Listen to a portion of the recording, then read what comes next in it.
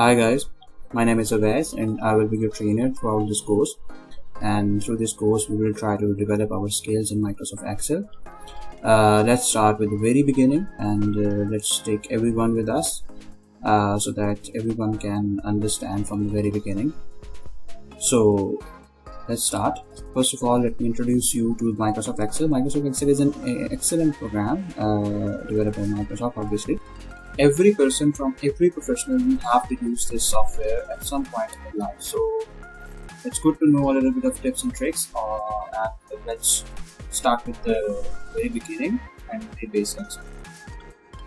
So for example, we want to bold this word, and for that we need to press this one. So instead of using mouse, what we can do is that either we can use Control B, or we can use the shortcut keys, which I'm trying to tell you about. So for example, we want to once again bold this word. What we will do is that we will press Alt and it will show us where we want to move to next from there. So we have to go to the Home tab. So what we will do is that we will press H, and then from there onward there are a lot of new set of options which you can choose from. So I want to once again bold this word. What I will do is that I will press this, and you can say that 1 is the key shortcut key for doing that. So I will press 1, and you can see that Jane Alex is bold. So from there onward, we will move on to the next phase of our lesson, which is using the shortcut keys to your advantage. What we will be doing is that we will be converting total payable amount into proper accounting format. So how we can do that is by using shortcut keys. So what we will do is that we will press Alt, and once again we have to go to the Home tab.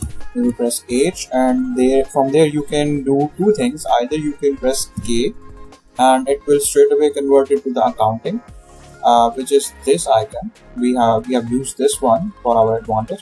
So if I will press Control Z and show you once again, what we have done is that we have pressed H and Alt, and then H, and then K, which is this. So it has converted it into the accounting. Or what we can do, once again I will let you know, or what we can do is that we can press Alt, H and N. Now we have to write that what we want. So if I want accounting, I will just press A and it will autofill, and I will press enter and it will convert it into account. Now you can see that there is a currency symbol along with that too. That might be because of the settings that I have at the backend. Otherwise it is normally going to convert it into account. So that's how we do it. Moving on, now what we will do is that we will convert this area using the shortcut keys into percentage. So what we have to do is that once again we have to press Alt, then H, because percentage sign is obviously in the Home tab.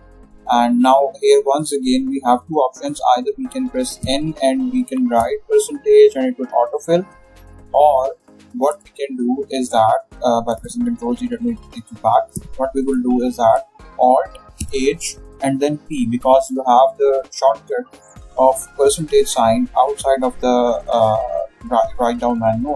By just pressing P, you can see that it has converted into percentages. And by using the same shortcut keys, we will be converting the hire date into a proper date format. Well, sometimes when you are importing data from somewhere, you do get these numbers instead of the dates, and sometimes you have to punch in the date manually. Whereas actually these are the code numbers of the dates. So once you just convert it into date, it will appear very normally in any format that you need to convert them into.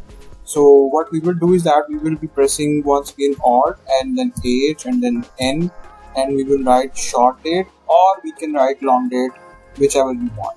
So I'm doing short date for now. So when I will press enter, it will convert it into date.